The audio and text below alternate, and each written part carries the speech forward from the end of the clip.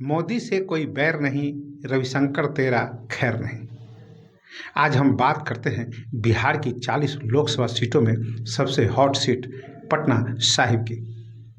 बता दें कि 2009 में ये सीट भाजपा के पास रही है। पहले फिल्म अभिनेता शत्रुघ्न सिन्हा 2 बार सांसद रहे, लेकिन 2019 में उनका टिकट काटकर यह सीट रविशंकर प्रसाद को दिया गया और उन्होंने भी ये सीट पर जीत दर्ज की। बता दें कि बिहार के पटना साहिब लोकसभा सीट पर अंतिम फेज में 1 जून को वोट डाले जाएंगे। बीजेपी ने एक बार फिर रविशंकर प्रसाद पर भरोसा जताया है। क्या अपना सीट बचाने में कामयाब हो गए रविशंकर? बता दें कि वर्तमान सांसद रहते भी रविशंकर प्रसाद का इस समय काफ़ी विरोध हो रहा है। और क्या है इनका विरोध का कारण और क्या है यहाँ का समीकरण? तो सबसे पहले नमस्कार, आप देख रहे हैं न्यूज जीरा और मैं आपके साथ विपिन। लोकसभा चुनाव का बिगुल बज चुका है। देश में इस बार 7 चरणों में चुनाव होने हैं। बात बिहार की करें तो इस बार भी यहाँ 7 फेजों में वोट डाले जाएंगे। बिहार में लोकसभा के कुल 40 सीटें हैं। इनमें से एक हॉट सीट पटना साहिब भी है। पटना साहिब सीट पर बिहार की सबसे हाई प्रोफाइल सीटों में से एक मानी जाती है। इस सीट से फिलहाल पूर्व केंद्रीय मंत्री रविशंकर प्रसाद बीजेपी का सांसद है। इससे पहले बिहारी बाबू शत्रुघ्न सिन्हा यहां पर बीजेपी के टिकट पर चुनाव जीत चुके हैं, पर एक बार फिर से पार्टी ने रविशंकर प्रसाद पर भरोसा जताया है। लेकिन इनको टिकट मिलने से यहाँ के वोटरों में काफ़ी नाराजगी देखी जा रही है और उनका हर जगह कड़ा विरोध किया जा रहा है। वोटरों का कहना है कि जीतने के बाद इस सांसद लापता हो जाते हैं और कोई काम भी नहीं करते हैं।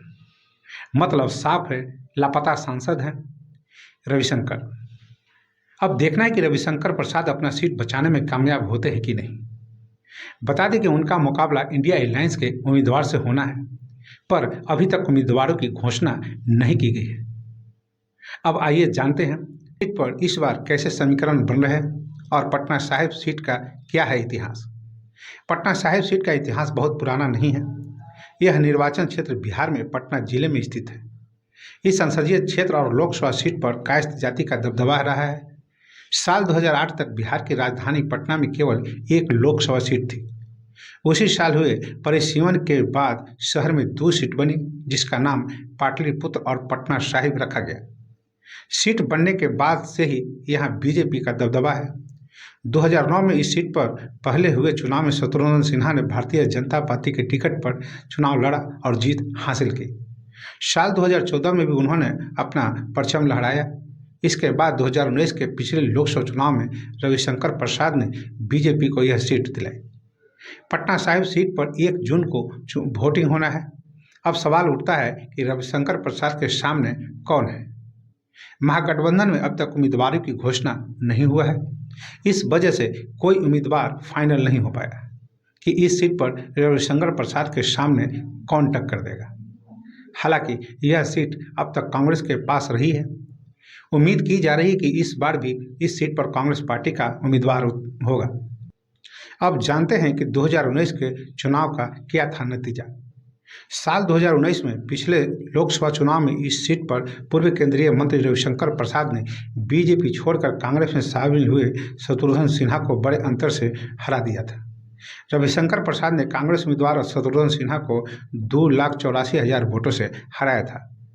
रविशंकर प्रसाद की इस सीट पर पड़े कुल वोटों में से 61.85% वोट मिले थे। वहीं शत्रुघ्न सिन्हा के खाते में 32.87% वोट आए। बता दें कि बीजेपी से टिकट कटने के बाद शत्रुघ्न सिन्हा कांग्रेस में शामिल हो गए थे और चुनाव लड़ा था। वह 2009 और 2014 के लोकसभा चुनाव में पटना साहिब सीट से 1 लाख से ज़्यादा वोटों से जीते थे।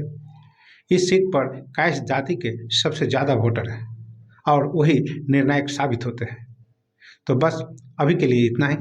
अगर आपने मेरा चैनल न्यूज जीरा को फॉलो और सब्सक्राइब नहीं किया है तो अवश्य कर लें। अगर आपका कोई सुझाव कमेंट बॉक्स में अवश्य दें और हमें आज्ञा दीजिए। नमस्कार।